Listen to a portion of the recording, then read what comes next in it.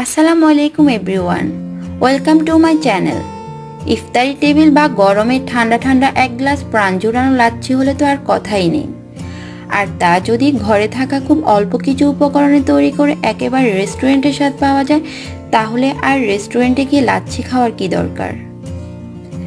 আজকের পর্বে আমি আপনাদেরকে দুটি ভিন্ন স্বাদের লাচ্ছি করে দেখাবো।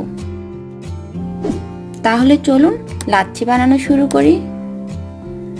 প্রথমে বানিয়ে নিব টক দইয়ের মিষ্টি লাচ্ছি। এই জন্য আমি একটি ব্লেন্ডারে জার নিয়েছি। এখন এতে দিয়ে দিব হাফ কাপ পরিমাণ টক দই। আমি 2 কাপ দুধ জাল করে একটু ঘন করে ঠান্ডা করে নিয়েছি, সেখান থেকে দিয়ে দিব হাফ কাপ পরিমাণ।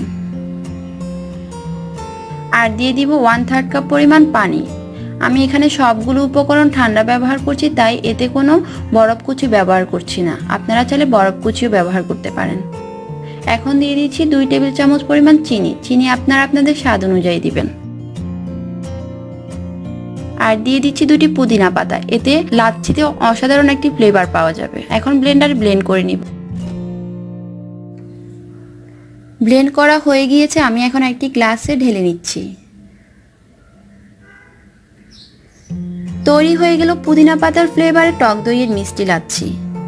আপনাদের যদি পুদিনা পাতার ফ্লেভার পছন্দ না হয় তাহলে বাদও দিতে পারেন, তবে আমার কাছে কিন্তু অসাধারণ লাগে। ট্রাই করে দেখতে পারেন, আশা করছি ভালো লাগবে। বাসায় একবার তৈরি করে সবার প্রাণ জুড়িয়ে দিতে পারেন, আশা করছি সবার ভালো লাগবে। এখন তৈরি করব খেজুরের লাচ্ছি। এই জন্য আবারও ব্লেন্ডারে জারে দিয়ে দিচ্ছি হাফ কাপ পরিমাণ টক দই, হাফ কাপ পরিমাণ ঠান্ডা দুধ আর 1/3 কাপ পরিমাণ ঠান্ডা পানি।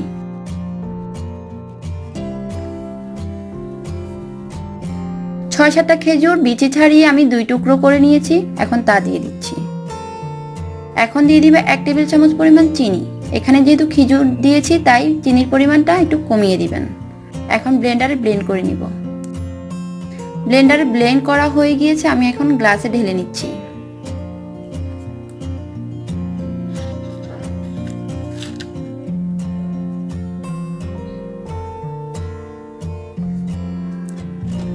ব্যাস তৈরি হয়ে গেল খেজুরের লাচ্ছি। আর খেজুরের পুষ্টিগুণের কথা কি বলবো, আমাদের সবারই জানা। ইফতারের টেবিলে যদি এ ধরনের একটি লাচ্ছি পাওয়া যায় তাহলে একেবারে কলিজা ঝুরিয়ে যাবে। বাসায় ট্রাই করে দেখতে পারেন, অনেক ভালো লাগবে। সারাদিন রোজা রেখে এমন একটি হেলদি লাচ্ছি আপনাকে অনেক তৃপ্তি দিবে। আমার আজকের রেসিপিটি যদি ভালো লেগে থাকে তাহলে বাসা অবশ্যই ট্রাই করবেন। আর আমার রেসিপিগুলো বন্ধুদের সাথে শেয়ার করে আমার চ্যানেলটি সাবস্ক্রাইব করবেন। আজকে এই পর্যন্তই। আল্লাহ হাফেজ।